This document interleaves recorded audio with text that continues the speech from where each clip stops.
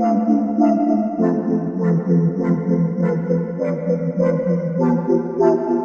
in, ladies and gentlemen, to MBR, or as we like to call it around here, Nothing But Rants, the show where I find topics that I'm oddly passionate about and I pontificate upon them. These are not hot takes, but rather takes that I'm hot about.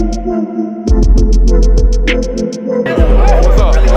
You really like that?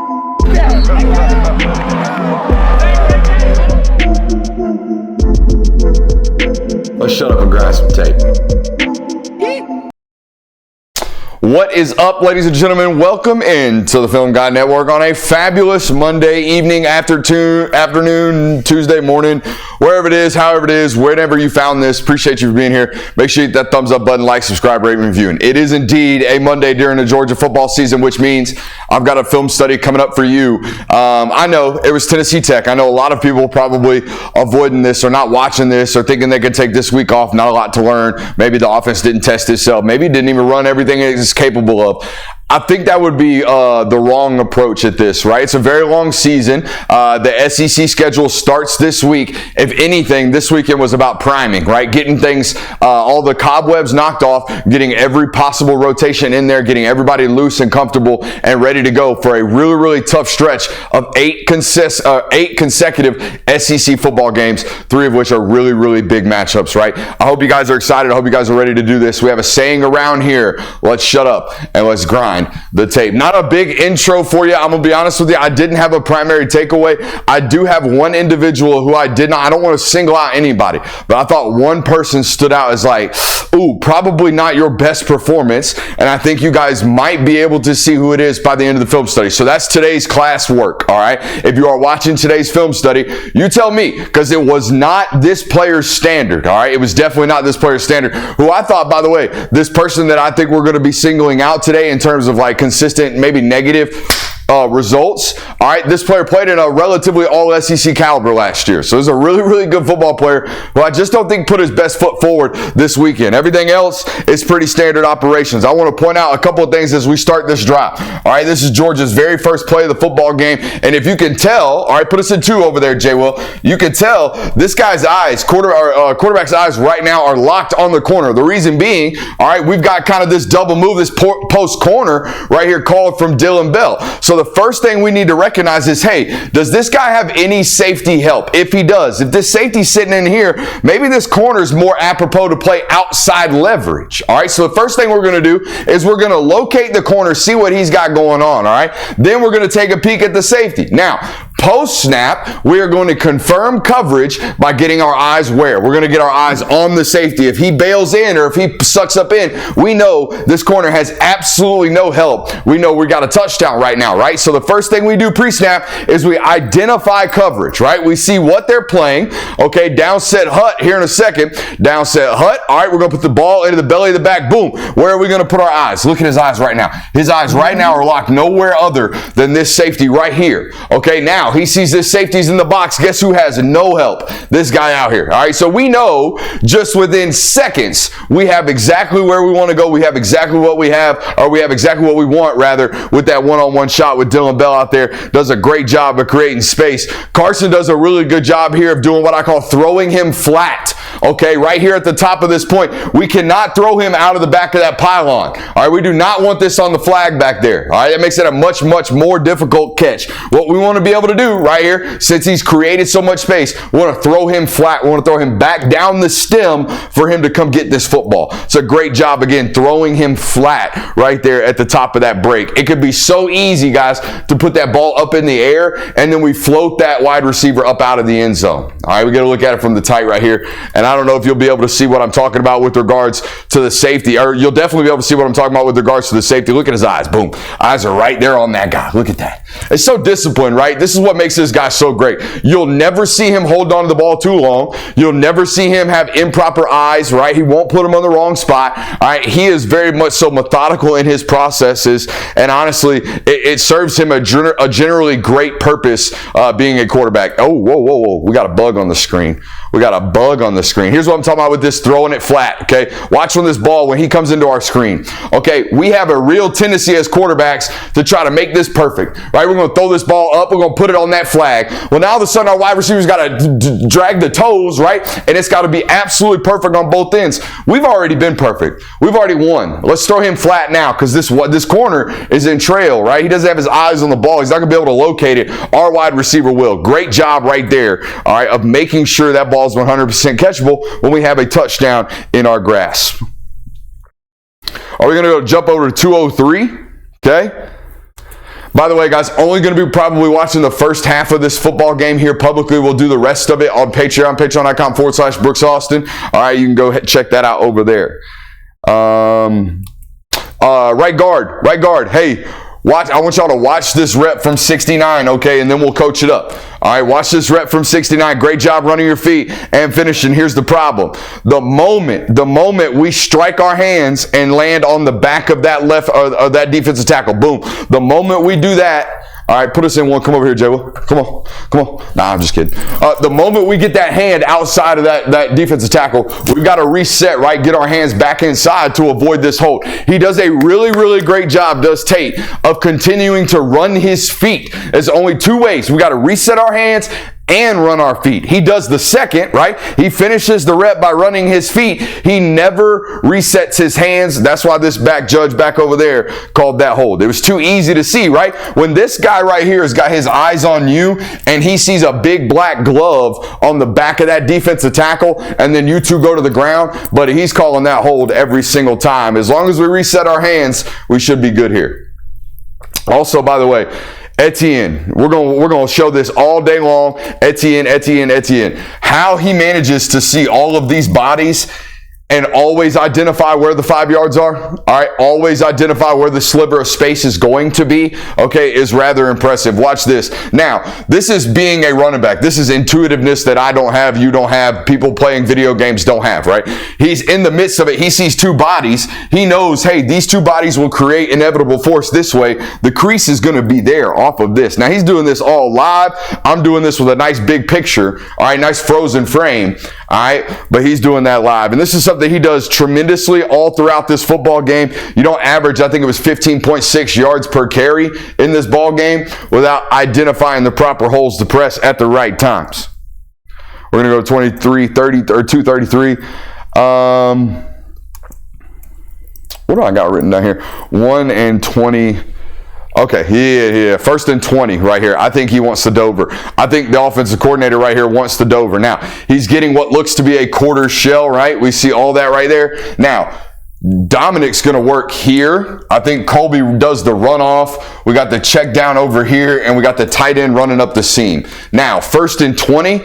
I'm of the belief that we want to get a chunk play right here. We want to get this back. All right. He runs the grass right here. Pay attention to this. I think it's open. I think this is a turn down. Boom, right there. That is 100% running to green grass. All right. Now, this defender is a little bit worrisome and a little bit troublesome for that opportunity. But I've seen Carson make that throw 100 times. I've seen him make that throw right over the ball 100 times. And in my opinion, I think this is what the coordinator wanted. I think the coordinator, after taking a negative play on the first play of this series, we probably want to get something back right here. We don't. All right. He checks the ball down. All right. This is that Ruben Feffer. All right. We talked about this last week. Do you remember our Ruben Feffer comment, Jonathan? I do not. You do not. All right. Ruben Feffer, put us in. Yeah. Ruben Feffer was the guy from Along Came Potley. And he was actuary scientist, right? So his job was to equate risk, to figure out what things are risky, because he was a life insurance salesman. Okay, so life insurance people, they don't want to give insurance to people who are really, really risky or obviously going to die. So this is what Ruben Feffer did. He had these analytical systems. This is the way I think Carson's brain works when he's dropping back. He's like, ooh, that's a 69% chance of getting intercepted. That's a 99% chance of being completed with 5 yards. Ooh, check down right now. I think his brain works like this. Sometimes I want him to take some of these riskier throws. I think it will inevitably elevate this offense. Okay, I think that's again the last infinity stone. But we got to combine that safety that makes him that processor that makes him great and efficient. We got to combine that with a little bit of risk assessment, right? I want you to push it just a little bit. Okay, Ruben, I want you to maybe be okay eating the greasy pizza. You know what I mean? That's a real Long Came Poly reference for the folks watching tonight. Can't believe you haven't seen that movie. Mm-mm. White chocolate, let it rain. Nothing? No. Nothing. Yeah, you can really see it right there. All right, look, we got linebacker closed in. That's grass all day. We're here. All right, he checks it down over here. I understand. Again, we're very much so a risk-assessed quarterback. All right. Can't believe a long cane poly. No check in the stew for a long cane poly. Here we go. Tight end, quarterback. Let's see, safety. All right. Yeah. Okay. We got a tunnel screen here. Okay. We got a tunnel screen here. Now we're taking most dangerous man in order. Okay. So we're releasing the tight end. We're releasing the front side tackle. We're pulling out the center as well. Okay, they're all on that angle. We're stemming up 3 yards, coming back to the ball, trying to get into this tunnel. Hence the word tunnel screen. Now, the key is when we release as blockers, we've got to properly identify who we've got. Okay, so here's what I think they've designed this to be. I think they're designing this to be tight end for the corner. I think they've got tackle for the safety, quarter or a center for the linebacker. That's the way I think it should work out, especially as the picture begins to clear. Okay, as the picture begins to clear, right, he's going to unzip on the corner. The tackle is a little bit slow to release, but he should be there on the safety. And then Jared Wilson should be there, okay, for the front side inside linebacker. And guess what? We've got a backside offensive lineman coming for the free hitter there. So we should have the tunnel executed. Here's the problem. These two guys run by their most dangerous man. All right. They're not running on their line to get their guy. I think personally, because the left tackle's out late. All right. And the center beat him. They don't touch anybody though. All right. Watch the left tackle. I think the left tackle's slow to get out, or the center is way too fast because Jared Wilson runs by him. And they both look like they're going to go for the same guy. Neither of them touch a soul. All right. Again, I think this is left tackle getting out late and the center trying to overcorrect the left tackle, thinking he's seeing green or thinking he's seeing an opposite color. All right, that's the one rule. We have a predetermined rule as blockers. We kind of know who we're going to, but the number one rule, at least in the way I've always been taught football, is you never pass up an opposite color jersey. Never. And we're going to see a lot of this today on this film, where guys are running to grass. They're thinking, oh, my predetermined read is this. I'm supposed to be blocking this guy. Whew, color flashes. He lets him go right by his face. We can't do that. All right. Once we get to this point, Jared Wilson, we might as well put a hat on a hat. Okay. As soon as we get out there, all the assignments are out the water. Right now, we got to execute something. We got to hit somebody. All right, what we can't do is just run out into the grass and not touch the soul. Okay? Do not pass up colors. Do not pass up colors. Take a look at it here from the tight. Okay, you see what I mean with the left tackle? Left tackle is way too slow here, or the center is way too fast. One or the other. And we cannot both miss them. We can't go 0 for 2 out here, guys. We cannot go 0 for 2. That's not good enough. Going to 422. Keep an eye on me on that time over there. Hey, watch how motion really clarifies and confirms coverage. Right now it looks kind of Right now it looks kind of muddy, right? We don't really know what we're getting. It looks to me like the corner is about to bail. So let's take a look, all right? Let's try to confirm what we're getting pre-snap. All right, whoa. Now motion, now it looks really cloudy. But here comes motion. And watch what it does to this nickel defender, this front side inside safety. Watch him kind of suck up, and we get a very clear-cut cover 3 picture. All right, there it is. Boom. That is, to me, a 3-high shell. Okay, we have a safety in the middle of the field. Okay, we got, I don't know how we flip to a highlighter. We got a safety in the middle of the field. We got a corner with his butt to the sideline. We got another corner with his butt to the sideline. And we got some hook players, right? We got a bunch of hook players in here. All right, so the voids, to me, look to be here in the seams once we clear this guy. All right, all this grass in here, and certainly the flats. Out there, right? That looks to be the void to me. Now, let's see if we attack it as an offense. Bingo, bango, bongo. We have attacked all of the voids. Look at that. All the bubbles as a coordinator. All right, so this ball should be going right here on, I believe, 3rd and 12, which I think is exactly where that football goes, is to Oscar Delp. Boom, right there on the dot. Okay, good job coordinating, good job executing right there of attacking the coverage that's available, right? Oh, we got a good clean picture of it from the tight here. We got a note that's coming up, Jonathan, that just says Missouri Dom, question mark? Ooh, I like that. Dude has made some people miss an open field through 2 weeks of the season. All right, and it looks like this one. This one's really, really frightening for opposing defenses, assuming this guy continues to get touches. Okay, we got a little arrow screen out here, right? We're working 2-on-2. That's it. U2 versus R2. All right, we got 2-on-2. Colby Young's gonna block one. Dominic Lovett, you got to beat the other one. All right, and watch how he beats this guy. Gosh. I don't care if it's Tennessee Tech, I know, but the reaction and to get up off the ground, get your cleats out of the ground, go backwards, get them back in the ground, accelerate right there. You can't tell me that's impressive. Again, I don't care who it's against. That's a -2 that gets turned into a 12-yard gain right here on 1st and 10. Okay? Missouri Dom, question mark? Made a bunch of guys miss, and I got a clip I already tweeted out today of this man just absolutely bodying a defensive end in the middle of a truck toss during this game as well. Good time to teach. Oh, mandatory outside release. All right, so we got a bunch of soft zone coverage, right? Looks like he's playing off. Looks like he's playing off. Looks like he's playing off. Looks like he's playing off. Looks like he's playing off. Jonathan, where's everybody looking? The quarterback. The quarterback. What does that confirm to us? Zone coverage. That's exactly what that confirms to us. All right. So if we've got soft zone coverage here on 1st and 10, and we're trying to work this hitch out here, this 10-yard hitch, this 10-yard comeback, right? Whatever you want to call it. If that's what we're trying to run, what we cannot do is inside release up underneath this outside defender, this apex defender. We cannot on this vertical release inside of him. Do you know why?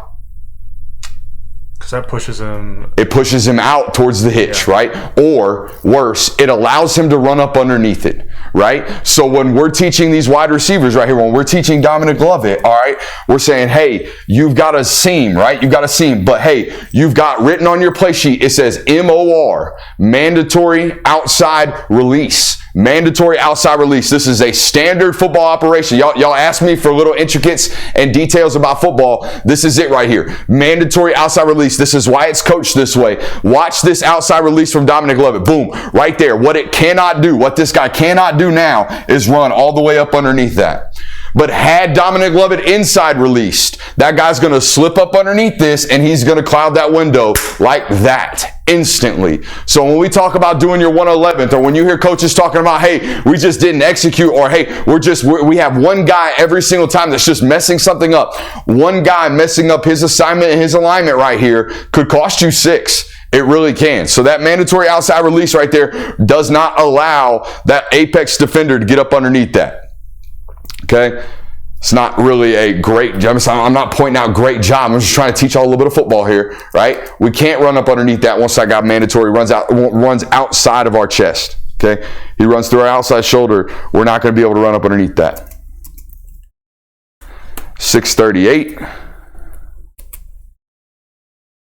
Again, Ruben Feffer. All right. What does he see right here? Okay, what does he see? He sees what looks to be a simulated pressure, and then he sees everything in the picture bailing. I see bail, I see bail, I see bail, I see bail, I see bail. All right, I see bail. All right, I see 4 pressures, right, and then a 5th delayed. All right, so when I turn around and I hit my top of my drop, 1, 2, 3, and I hit the top of my drop, and I see nothing but people turning away and running from me on 1st down. You know what I'm gonna do? Here's that back right there. We're going to take that back right there. You know why? Because we're never going to play behind the sticks as an offense. Not with Carson Beck at the helm, okay? As a coordinator, you have to understand that. As a fan watching this today, you have to understand that every time you want to tweet about Charlie check down, just remember that you live in more 2nd and 4s than the rest of the teams in the country, okay? Because on 1st and 10, when he saw everybody bail when they go to throw the football, checked it out right now. Checked it out right now, took the chicken and rice, took the vegetables, and just lived to fight another down. Okay? Ruben Feffer.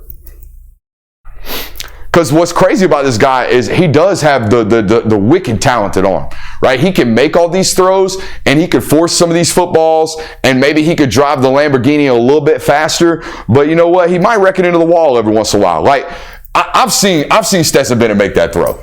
Right? That dude's curling back over. And I've seen Stetson make that throw. I've also seen Stetson against Alabama make that a pick too. You know what I mean? Like, I've seen him in the red zone turn the football over when he's not supposed to because he tried to force the football. And every once in a while, he completed the ball, and we go like, damn, Stetson got some huevos on him, right? But this guy's just going to say, okay, you know what? I'm not even going to try to make that throw. I'm not going to try to highball that ball, right? How many times you see Stetson throw that ball to Brock? A bunch. And yes, it was Brock Bowers, right? But this guy had him too, and he wasn't putting the ball at risk like that. He was always taking this check down every single time. That's why this guy completes 73% of his balls, and the other guy, 68% of his balls, right? That's why this guy led the nation in third down conversion rate, whereas Stetson and that offense was probably top 12, top 15. Slightly different. They both put up 40 points a game, though. Hey, shout out to the coordinator right here, I believe. I haven't looked at my notes yet, but I think this is all on the Q, or the OC. Yeah, this is all on the OC. First of all, watch the motion. Okay, motion and travel, right? Motion and travel, guy running across the formation with him. What does that tell the quarterback? That tells him we've got man coverage. All right, so we should be A, expecting some type of pressure, but B, we should be waiting for the man beater, which is inevitably this guy, okay, running all the way across the formation and making this corner fight through all of these defensive bodies. Okay, so this is a nice mesh winner right here from the OC. This is a winner from the snap, okay? When this guy right here, this corner on this backside has to run, okay, through all of this garbage, you've got a tud. Watch what he has to do. He has to banana peel all the way back across from this. He's never making this play. Never, ever, ever. Great job also designing the spot right there from London. Watch the spot route. This almost, people will bitch and complain that this is offensive PI, but this is designed to be a rub, right? We're going to run a spot right over the ball, and he's going to stand there, and he's going to get wide, and he's not intended to get the ball unless they're in some type of zone coverage. Against man, he's there to be a pick, right? He's there to stand there and just get in the way. That's exactly what he does. Also, by the way, you know who else is in the way? The line judge, or the umpire. The umpire is always going to be standing right there. This is a great play in the red zone for just causing chaos right here. Mesh spot is what we would call that. You can really see it from the end zone clip. Traveling with the motion indicates man coverage. Oh, look, there's a handsome number 11. Look at that guy. Look at that guy. Dude's ready to shoot. I didn't even notice that when I first watched it. Wide open. Too easy. Whoa! Easy now. Chill out, bro. Chill out, bro. 8:26. What are we at? About 19 minutes there? 22. 22. We're rolling. We're rolling. At some point, get your eyes inside, number 4. This is what I'm talking about. I talked about this earlier. Be a football player. Instead of just running to your spot, let's be a football player. Okay, watch number 4. We're running H counter, okay, or GH counter, right? We're going to pull the guard and the tackle. But here's the deal. Their front side defensive end is already inside. We are already washing this, okay? These two are working all the way back, all right? So when we're pulling as a guard, right here, Micah, when we're pulling around, we're going to get our eyes and our head up because we're automatically logging. We have to now go outside of this play. So let's watch Micah. All right, Micah's responded. He's got his eyes back inside. Now, he is way too far out. He did not what we call hug the butt. All right, we want to hug that butt. We want to touch that cheek when we run by. You know what I'm saying? No matter what it is, because that's where we're going. We're going wherever that down block happens, right? Especially when this wash is happening. So first and foremost, we are way too wide. We should be inside, hugging the butt of that down block and up to that inside linebacker. Now, my other problem, watch 4. Watch 4 come around here, all right? Eyes inside right now. Eyes inside right now. You've got to become a running back, all right? He's already sealing this out. We need to get our eyes back inside right now and pick up whatever's left, right? Whether it be the safety, whether it be this linebacker flowing over, whether it be this defensive tackle, if we can get a chip on him. But the play, in terms of its initial design, has now been adapted, right? This guy has set an edge. He's forced this play back inside. This free defender, you're not bubbling and getting him. The back sees him. He's not bubbling and getting him. Get your eyes inside right now, all right, and find some color. Find some color, because there's color to be had. Leave the safety for the back. All right, leave the safety for the back. But I think this picture gets made much, much clearer if Micah isn't swinging the gate around here. All right, we've got to be a lot tighter on this pull. A lot tighter on this pull. I do like how he subtly got his body back inside from here to there. That's real athleticism, being 330 pounds. To correct that on 2 strides is really, really impressive. I would just have liked to see it be corrected a little bit earlier in the snap, because I think we threw our tackle off right there with our arc. Oops. Started it over accidentally. We're going to 9:28.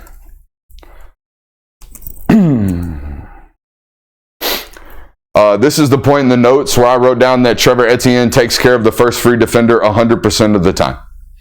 Look at him play games with this linebacker. This is the guy he's got to beat, okay? We've got other guys blocking everybody else. He's got to beat this guy. Watch him just absolutely play games with this linebacker, okay? Watch him press. This is the definition of pressing the block. You hear commentators or coaches talk about the running backs really got to press that block right here. This is what they're talking about. Watch him press the heels of 73. Really, it makes this linebacker have nowhere to go. There's 2 defenders there, by the way. They just look like they're stacked upon one another because Etienne has done that to them. All right, now, obviously, he's going to find this grass here, but it doesn't happen unless he presses that initial block, all right, and get back up into that grass. But this right here, I mean, you're screwed as a linebacker. You have no win, because other than just squaring your shoulders up and hoping you guess right, which 9 times out of 10 you're not going to. I guess he did his job by forcing him back in, but when we talk about taking care of the +1 defender, right, the guy that we are not blocking as an offense or an offensive line, I think Etienne does it better than most running backs I've watched since doing this at the University of Georgia. Ruben Feffer. Notes say Ruben Feffer. Let's watch it from the tight or from the wide and see why the notes say Ruben Feffer. All right, so it is 2nd and 6. Nope, it's 1st and 10. The clock was wrong. All right, it's 1st and 10. Looks to me, yep, like we got more cover 3. Off coverage, off coverage, off coverage, hook defender, bubbles. Okay, so this is here all day, and he's going to take it all day because he's Ruben Feffer. You're going to give him that, he's going to take that. Especially, again, when he sees all of this. When he saw this guy turn and run and put hands on the tight, over with. He's immediately back over there. Matter of fact, his eyes are already snapped over there. You can watch it from the tight, how fast he clicks through these things. I think that's why I put the note down as the tight angle first. I didn't even want to watch the wide with you guys. I wanted to watch this tight angle because you can really see how fast his eyes go to it, right? He's left right now, immediately back over. Look at him scan the field and watch how quickly it happens, right? He's going left, middle, right. Okay? Left, middle, right. Just one scan, ball out. One scan, ball out. Now on 3rd and 12, okay, 3rd and 12, we're probably going to hold the ball a little bit longer. We're going to wait for something to develop. We're going to try to take the shot. But on 1st and 10, we're going to play on schedule, man. We're going to be on time. We're going to scan the field. We're going to make the proper read. We're not going to be risque, if you will.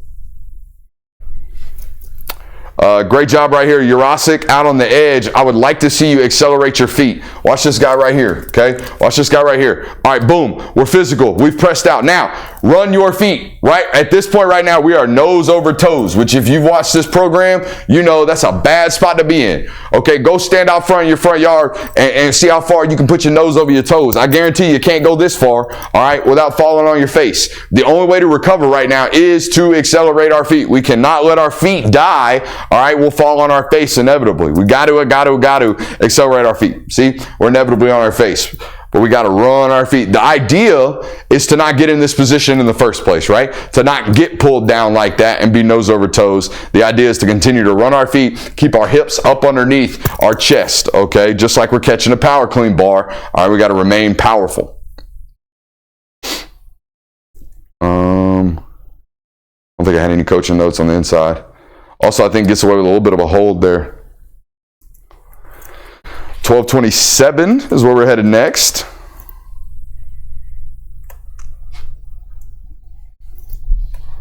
All right. So this right here is the difference, in my opinion, between two guys who played a lot of football and a guy who's still maybe processing some football. Okay, watch Jurasic over here. First thing he did was point out, right? What did he do? He was pointing this guy, this overhang defender. All right, this overhang defender, as the play and the ball begins to be snapped, He is clearly coming. He is approached with aggressive posture. He looks like he is coming. By the way, there's also someone to help him out over here on the outside if it is indeed pass. So if I'm watching this play as we're working this way as an offensive line, all right, we're working this way. Xavier Truss, to me, appears to be preparing for inside slant because he's really, really smart. Okay, he is already, as the ball is being snapped, moving his body back inward. Watch 73's first step. Okay, it didn't gain ground. He is prepared right now to anchor the left side of his body. Boom, he's onto his left foot. Now, the problem is 56 looks completely stunned by the idea that somebody is slanting into my gap right now. Look at him. He's on one foot, by the way, has higher pad level than anybody else on the offensive line. And guess what happens? We get snuck, we get stuck, and we fall. Okay, I see a right tackle who was observing slant, predicting slant, anticipating slant, took it, went to pass it on, go up to the next level, and the right guard got snuck by it, okay? I also think the right guard's hopping out of his stance is Micah Morris, and I think his eyes are in the incorrect spot. If we are stepping with our right foot, and I am to presume we are working inside zone right, your gap is to the right. Now, I understand at the start of the snap, we had a 2-eye, meaning we got a guy on our inside. So here's what the footwork is. You ready? Put us in one. Okay, with this right guard. Okay, we got a 2-eye right here. We're going to step with our outside foot. We're going to provide inside pressure, all right, on that 2-eye. If he goes away, eyes immediately go to our B gap. Because if one's away, one's coming too, I can promise you right now. And that's exactly what happens, okay? The moment this right here, boom. The moment we go to provide help and there is nothing there, whoop, eyes got to go right now. They're a little bit late and he gets knocked off.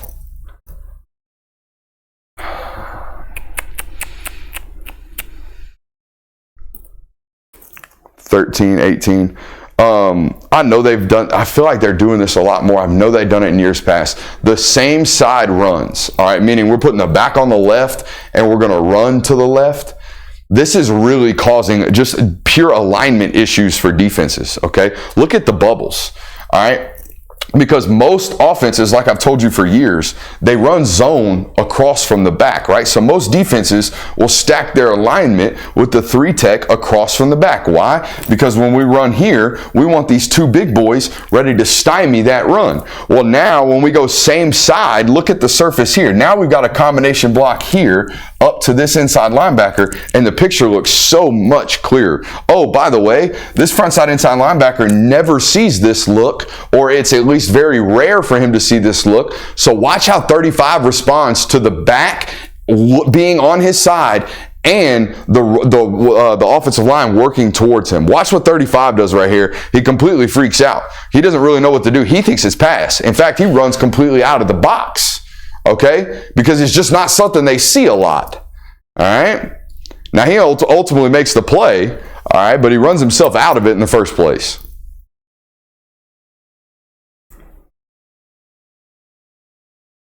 We're going to 1344.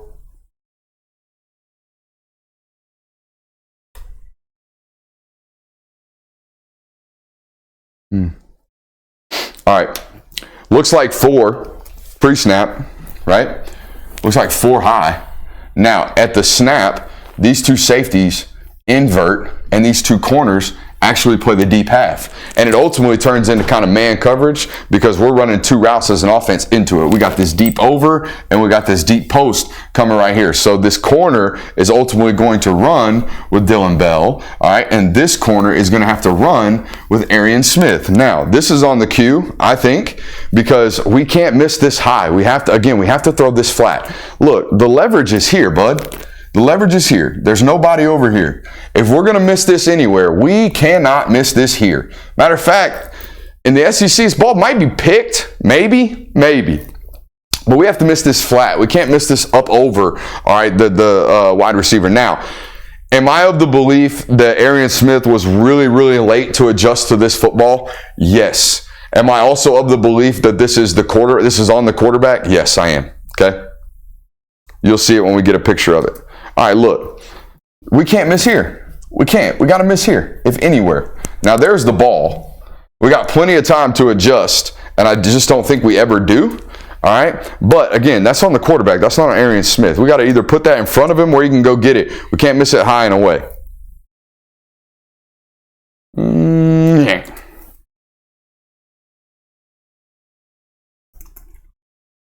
$14.41. It just says, okay, Jared Wilson. Oh, this is the one I tweeted out. This is really impressive. As someone who had to play this position for, 18 years, this is really hard to do, man, because you're fighting really, really hard. Because you're supposed to take this over. You know this, right, Jonathan? You're supposed to be the one as a center working through and ultimately taking over 95, while 56 is the one who's supposed to take this linebacker as we work through the down lineman to 42. So coaches will teach this as 4 eyes and 3 hands, okay? So we want to have all 4 of our eyes, meaning myself as a center and this right guard. We'll have all 4 eyes on the linebacker. And by the way, they are. Look at his head. Look at his head. They both have their eyes on him. Now, we should have 3 hands, right? I got 1 hand from the point man, right? And I got 2 hands from the back guy, right? Jared Wilson's got 2 hands on. So we should have 4 eyes on the backer, 3 hands on the down lineman. Inevitably, as this play works this way, this linebacker is supposed to fill. He's going to cheat and shortcut this. Now, the only way we don't allow a TFL here is if A, we got our eyes right, and B, we're an extreme athlete. I don't care what you say. Being 315 pounds, reaching a play side 2-eye, while also slamming on the brakes and getting a chip on that linebacker is pretty goddamn athletic. Okay? Pretty goddamn athletic. That's great stuff. That's great instincts. That's great eyes. That's following your fundamentals. It's also God-given. Right? Not a lot of athletes doing that at 315, I can promise you. I'm chicken winging that guy every time. Jay, well, I'm like, oh, coach, I tried to get him. Wasn't no chance I'm ever doing that, buddy. We're going to 1540. Show notes going to be thin tonight. Also, I love watching this dude run. Here we go again. Oh my God. Oh my God. So who's the free defender, right? These 2 safeties. So we got this guy that we don't really have anybody for. We got 35 that we don't really have anybody for. These 2 guys are engaged. We got Dylan up on the linebacker already. So here we go. We've got to take care of 6 and 35 as the running back. But most importantly, we got to take care of 6. So how are we going to take care of 6? Well, I'll tell you right now. We're probably going to press Dylan. Probably going to press Dylan and allow Dylan to take care of him for us. All right, look at this. First of all, Dylan, great job. Great job accelerating your feet. This is a very gruesome and physical block from 53. But look what 1 does to 6. This guy's got no chance. He's going to make him run through this this block right here with Dylan. And then he probably would have made 35 miss if Dylan Bell's out there staying engaged. Also, Lawson Lucky, you tend to do this. You tend to overrun, unzip your feet either way too early or way too late. Also, you should always, no different than a defensive back or a tackler. I think personally, you should always attack the upfield hip. All right, because if he dives this way, we've always got a way to bounce out. But if he dives this way and we're not there, we've got nothing to bounce to. Okay. See how he tracks the wrong hip right there, and the guy jumps back out upfield. Yeah.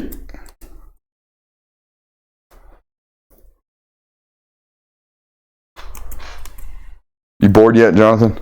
Not bored at all. You learning? Always. Hell yeah. Hell yeah. I think they think 7's the one who's really special after the catch. They designed all of these for him. So far this season, they've designed all of these opportunities after the catch at the tight end position for number 7 through 2 games. Okay? It was this way against Clemson. They designed the same arrow screen. Widowy. They designed a terrific screen for the tight end. Against Clemson, they did the same thing Widowy right here. Okay? I'll stop doing that now. They think 7's special with the ball in his hands. At least more special based off usage than they do number 4. Okay? I think that's a fair observation at this point. Okay, Dom. That's what the notes say right here. I tweeted this one out. We're running truck toss to the boundary. Okay, to the boundary. Watch number 6 right here at the point. This was Ladd's job the last several years, kind of running this point right here and being physical. Also Brock's job when they wanted to do this out of 12 personnel. They're doing it out of 11 here, which requires Dominic Lovett to really be a badass, guys. To really be a bad MFer. All right, to be a 5'11", 185-pound wide receiver that's going to yuck it up with defensive ends. Okay, by the way, I saw this defensive end from Tennessee Tech, about 5'11", 305. All right, it's a definition of a fire hydrant, and he sticks one right in the rib cage of this kid right here and knocks him off path. And look how big that lane is automatically, right? Closing this surface off just like this is the whole purpose of pin and pull, because now we do have a crease, right? Now we've got a crease to attack right here if we really pressed it, which he gets to it eventually. That guy ain't going to miss one, by the way. That's number 1 running that football. He ain't going to miss a crease. If there is one to be had, he's going to run it down.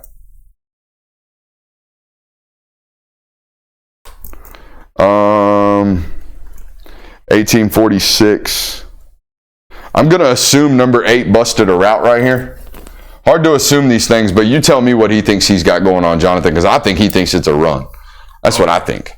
Right, I see a guy stalk blocking like crazy out there. I do not see a guy that is running to the corner or doing anything, right? I see a guy that thinks he's run blocking here on 3rd and 6. I'm going to assume, like I said, that that's a busted route.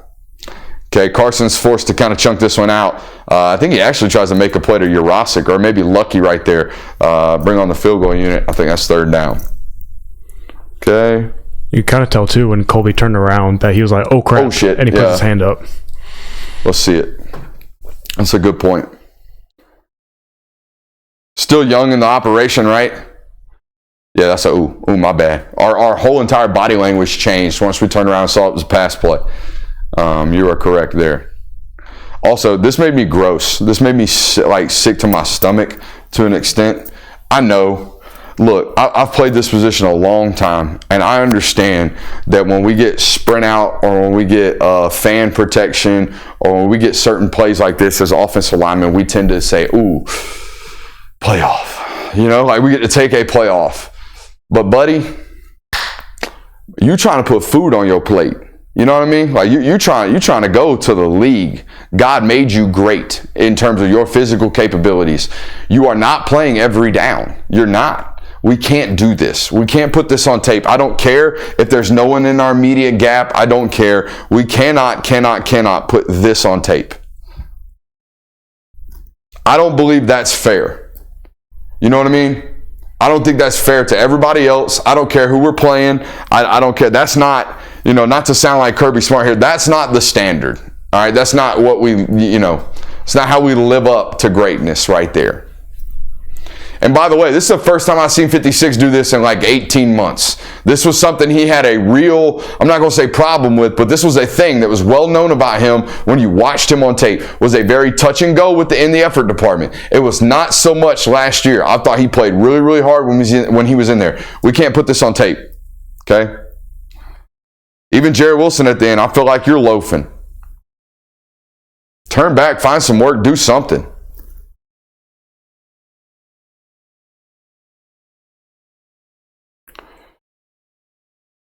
What 21-14? What do I got written down here? I think he was 100% on free defenders. What does that mean?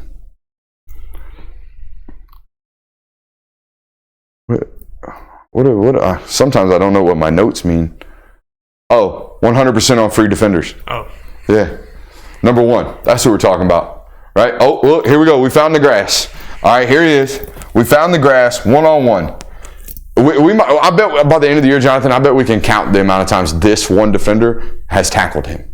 You know what I mean? Because in this game, it was 0. These +1 defenders, the free hat, 0 for 0, or 0 for like 11. All right, when this dude touched the ball, he made guys miss, and he made them miss pretty embarrassingly, like that.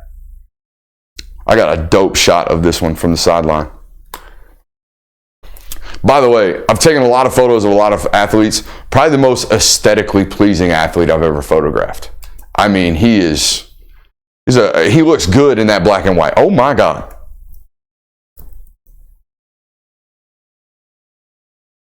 Son, and the deliverance of this block, right? Watch the deliverance of this block from Arian Smith. Here he is. This guy gonna run the alley. Watch him. This dude thinks he's got a tackle. And then all of a sudden, right at the last second, he cuts right off his ass. And here comes number 11 right across his face. And number 11 don't have to make a great block. Boom. This dude's gonna be so fun to watch. He is fun to watch already. Now, I wish he would have cribbed that. That would have been dope. But even to get there, I don't know how many backs even get there. You know what I mean? I think a lot of backs the last couple of years are tackled for a plus 12-yard game when he just ran for 60.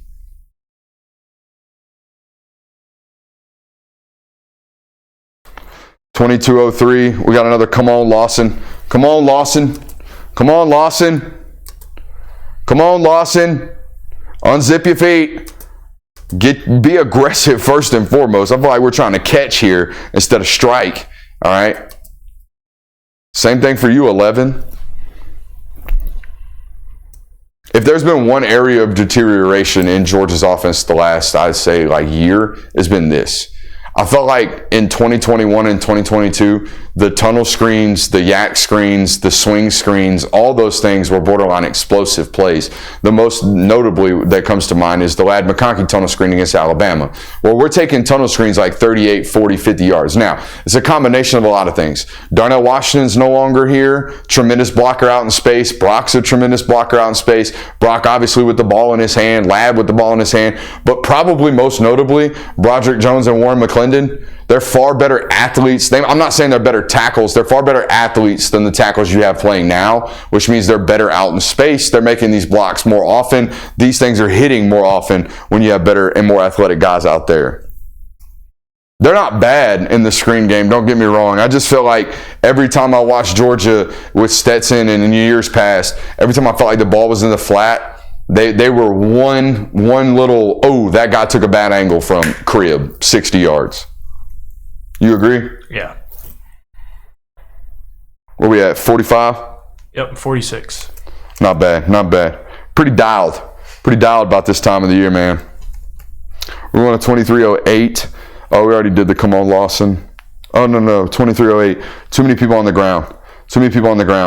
Way too many people on the ground. I think 57 ends up on the ground. I think one other offensive lineman ends up on the ground. Yeah, just way too many people on the ground. 4 ends up on the ground and ends up hurt on this play. Because you know why? We stopped running our feet. The only reason we get disengaged right here in the first place is because we stopped running our feet. Okay, watch. Eventually, this 55 is going to get detached right here. Why? Because he is making a play. At this point, we need to be accelerating our feet and finishing that block. Okay, we let our feet die and we fall off. And then, as we're pursuing the play and chasing the ball like Coach tells us to do, we get pushed down from the back, all right, and fell on. And now our ankle's rolled up. Great thing is, it sounds like Oscar Dup's okay, all right? But 9 times out of 10, at least in my personal career, when I was rolled up on or when I was falling on, it was probably somewhat in large part due to my fault, right? I was not consistently engaged with the person that I was blocking, or I let my feet die on contact, or I was standing still, or I was taking a play off, or I was doing something I wasn't supposed to be doing, and then boom, I get hit in the back of the legs. If your feet are chopping and you're constantly blocking, 9 times out of 10, you're not going to get rolled up on. It's just the way it works, okay? And had we run our feet right here, we're stopping. He's come to a complete standstill, has 4. His feet are in concrete, basically. Okay, I won't even pause it this time. His feet are in concrete right now. All right, the moment that happens, we're going to lose the block first and foremost, and unfortunately, we get rolled up on here.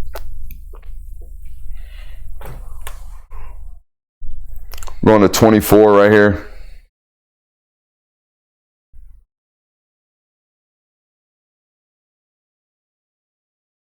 '71's getting beat. 71's getting beat. A lot of speed rush getting him on Saturday too, I felt like. I'll say it. I think Ernest is playing like 10 pounds overweight. Okay? Just a little bit. Because he was very susceptible to speed rushes on Saturday. And once Tennessee Tech figured it out, they're actually going to start getting pressure here in a second. Okay? I think it was part of the reason why he false started right before the half, because he was trying to get out of his stance really quickly on an obvious passing down. Okay? I think we're playing a tad heavy.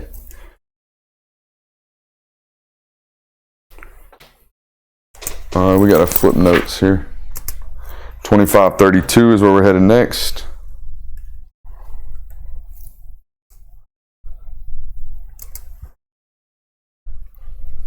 All right, toss sweep again. I think I might be crazy because they may have told him, hey, you're there for the corner, your job's to kick the corner, and I'm sure that's true. I'm sure he's told to kick the corner. But remember I was telling you earlier about let's just not let anything cross our face of the opposite color? Like, am I wild? Am I wild for thinking maybe we probably should have had some awareness about ourselves to peel back here? I don't know. I know how I would coach it. I would tell these guys, hey, we got to be an athlete. I don't know how they're coaching it, right? I recruit you to be an NFL football player. If we get out there and all of a sudden, color is flashing, and by the way, color is flashing with an immediate winning angle, all we got to do is get a hand on that guy, and now we give our running back a chance on a corner. All right, otherwise, we're just going to run past it and really not kind of touch anybody. Like right now, we got to have some type of awareness to see color, all right, in our peripheral, or as I call it, periph. All right, we got to find something in our periph right here and hit it, because that's the threat, right? The running back saw it, you didn't. Also, like, go. You know what I mean? Go. Run. Great scramble drill here by everybody involved. Great job by 15. Great job by 6. Not only recognizing scramble, all right, but getting back into the end zone. Okay, check this out. 6 is a check down route right here. But the moment he sees Carson doing this, he's going to press immediately into the end zone, turn around, and work back flat, all right, away from defenders. Watch 6 right here. Nobody else but 6. Pay attention right here, okay? Watch him. Immediately, he sees, boom, all right, scramble. All right, find grass. Find in the end zone grass. Now, get myself between me and the defender. Let's body this guy up and work flat towards the pylon. Touchdown. That's a really, really veteran play by Dominic Lovett right there. Also, Kirby mentioned after the game, just Carson using his legs, the kind of difference that made in this football game and the improvement in that category that he continues to make. This is an example of it, okay? Take a look at it right here. Great job getting flat right there, all right, and then making that touchdown throw. We straight up marked off a note right there. All right, 27-48. This is the possession right before. Okay, hold on. We did. All right, I want to talk about this. Watch how antsy we are at left tackle. Worried about this speed rush. Watch how we're trying to kick out. We know we're susceptible to this. Watch this. Now, he's got 2 out here, okay? He's got this guy and this guy, so they might be fanning out here. So he knows, hey, I gotta go. But also, at this point in the football game, Tennessee Tech has noticed, hey, if we're gonna get home, it's been in the hoop, right? It's running the hoop right here. So check this out, okay?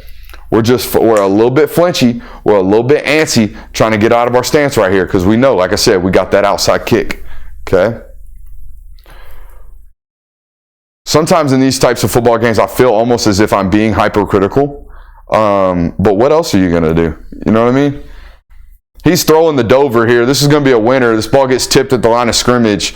73, we got to anchor a whole hell of a lot earlier. Also, 71, we're playing way too far out over our front feet, or our feet.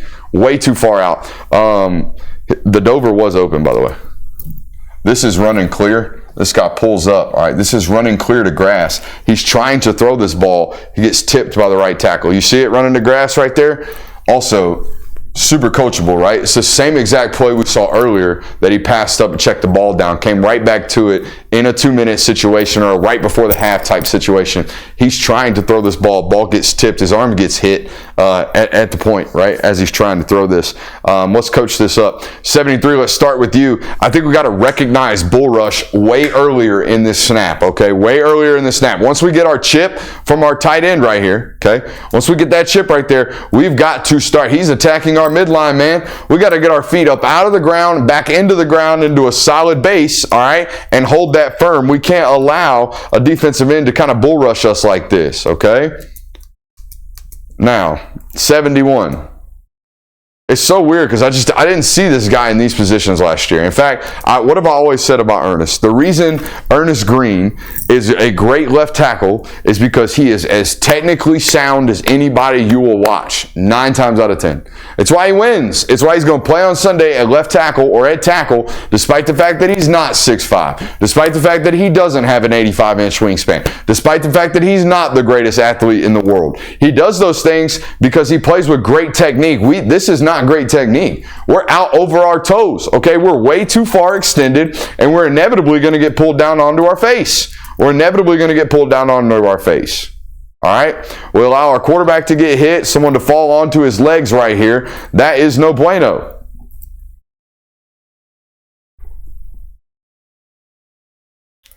28-26. Love this play call right here. And the next possession of 2 minute, right? 40 seconds on the clock, no timeouts left. They're going to play you soft, right? Also that if I get a first down, the clock stops. So what are we going to do? The first first down is always the most important. Have you ever heard Kirby say that? In a 2 minute drill, that's his theory. That's his saying. The first down is the most important. Once we get that first one, we know, hey, now it's go time. Now we have an opportunity to score. If we don't get the first down quickly, we'll probably just knee it out, or we'll probably just take it to the half, right? That first down is really, really important. So we got all this soft shell zone coverage. So what are we going to do? We're going to run a nice little hitch. All right, not only one, we're going to run multiple hitches into this soft zone, and we're going to allow our quarterback to identify who's open and where the weak spots is, all right? Or where the weak spots are, I should say.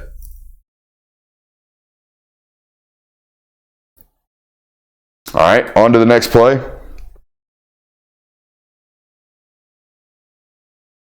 29-21. I can't tell right here. You tell me, Jonathan. I think Arian Smith, who is right here, he's got a bender. I think he kind of jogs out of this break. I don't think he doesn't sprint out of this thing like he's expecting the football. All right, now, it is a miss. It is certainly a miss by the quarterback, who this is probably the hardest. These next 2 footballs are probably the hardest balls I've ever seen Carson throw. He absolutely chooches these things, okay? But I do think we jogged out of the break right here. Watch this. Right here. Right? I think our head doesn't snap around. I don't think we're too aggressive coming out of this. I think we kind of roll that sucker. Now, we're not meant to break it down and snap it off. We are meant to technically roll this. But at this point right here, man, I feel like from there to there, we're kind of floating. We're not sprinting through this rollout, right? We need to be going. All right, now, from the tight, you can see this is a miss by the Q. Okay, I think he pulls the string on this just a little bit too hard. All right, because this ball... that ball's ripped. This is the hardest ball I've ever seen this dude throw. That ball is absolutely spit on, okay? Great job finding work right there, Tate. But see, I think if we just take 2 hard steps out of that break, I think we're probably there. All right, that's the difference. Still probably on the Q. I'm going to blame the Q. Always blame the Q. Them's the rules. 30-13. Ernest Green getting beat again.